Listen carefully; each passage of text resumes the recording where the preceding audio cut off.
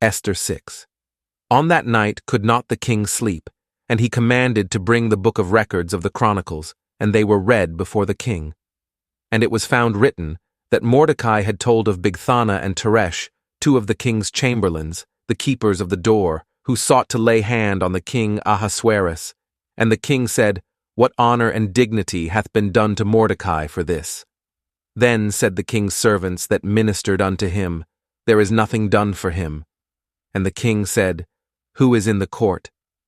Now Haman was come into the outward court of the king's house, to speak unto the king to hang Mordecai on the gallows that he had prepared for him.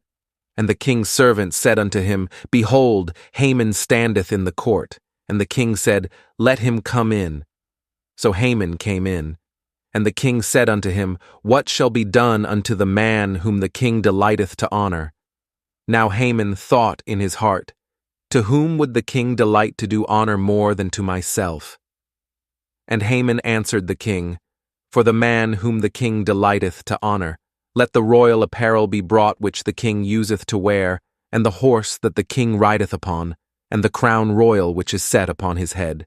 And let this apparel and horse be delivered to the hand of one of the king's most noble princes, that they may array the man withal whom the king delighteth to honor, and bring him on horseback through the street of the city, and proclaim before him, Thus shall it be done to the man whom the king delighteth to honor."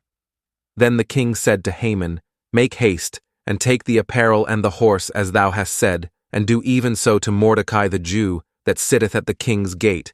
Let nothing fail of all that thou hast spoken."